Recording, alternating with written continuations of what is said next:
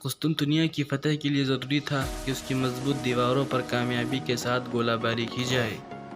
کچھ عرصے سے ترکوں اور عیسائیوں نے جنگوں میں توپوں کا استعمال شروع کر دیا تھا، لیکن سلطان محمد نے پرانی توپوں کو ناکافی سمجھتے ہوئے نئی اور عظیم الشان توپیں بنوائی جو اپنی طاقت اور جسامت کے لحاظ سے بے نظیر تھی۔ ایک اربان نامی عیسائی انجینئر جو کہ ہنگری کا رہنے والا تھا اور بازنطینیوں کی ملازمت سے علیحدہ ہو کر سلطان کی خدمت میں چلا آیا تھا، اور اس نے ایسی عظیم الشان توپیں بنائیں جو 100 کلو سے لے کر 600 کلو تک گولے داغ سکتی تھی، اور اس نے ایسی توپیں بھی بنائی جو نسبتاً چھوٹی تھی لیکن زیادہ تیزی کے ساتھ حملہ کر سکتی تھی۔ سلطان محمد نے قسطنطنیہ کی فتح کے لیے 180 جہازوں پر مشتمل ایک بڑا ترک بیڑا بھی تیار کرایا۔ ادھر قسطنطین نے بھی اپنے بچاؤ کی تیاریاں شروع کر رکھی تھی۔ اس نے شہر کی دیواروں کی مرمت کرائی اور جو کچھ رسد ممکن تھی اپنے پاس ذخیرہ کر لی تاکہ محاصرے کو لمبا کھینچا جا سکے۔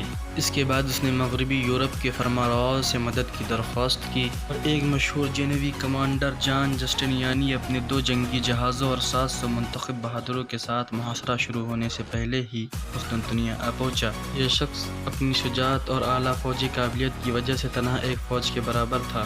دوران محاصرہ اور خاص کر آخری حملے کے وقت اس نے ایسی جانبازی کا ثبوت دیا کہ خود سلطان محمد فاتح نے حسرت سے کہا کہ کاش یہ شخص میرے فوجی کمانڈروں میں ہوتا۔ 6 اپریل 1453 کو قسطنطنیہ کا محاصرہ شروع ہوا۔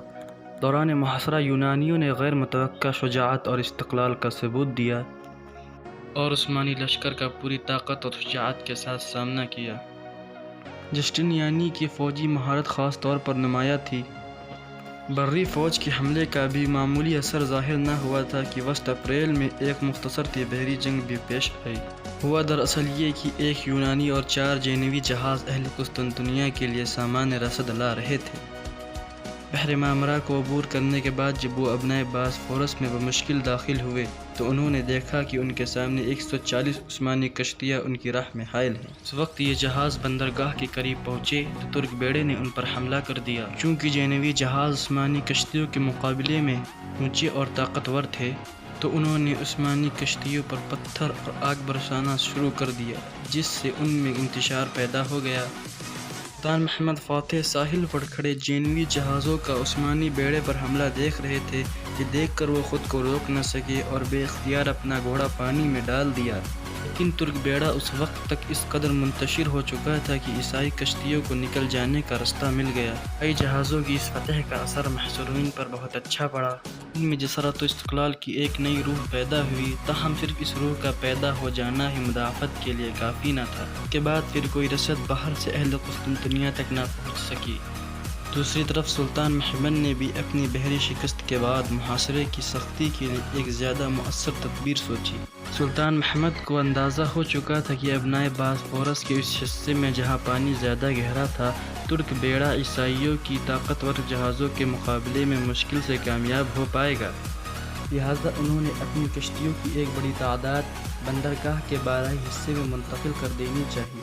سمندر کے راستے سے بندرگاہ تک پہنچنا ممکن نہ تھا، اس لیے سلطان محمد نے ایک ایسی صورتحال اختیار کی جو کہ ان کی ذہانت اور عزم و استقلال کی ایک لافانی مثال ہے۔ باسفورس اور قسطنطنیہ کے درمیان 5 میل کا فاصلہ تھا۔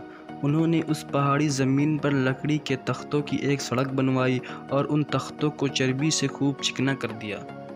ایک رات میں 80 عثمانی کشتیاں انسانوں اور بیلوں سے کھچوا کر بندرگاہ کے اس حصے میں پہنچا دی گئی تاکہ قسطنطنیہ والوں پر غیر متوقع طور پر حملہ کیا جا سکے۔ آج کے لیے اتنا ہی، جلد ملتے ہیں آپ سے ویڈیو کے تیسرے پارٹ میں۔ اگر ویڈیو پسند آیا ہو تو ویڈیو کو لائک کریں اور چینل کو سبسکرائب کریں۔ السلام علیکم، خدا حافظ۔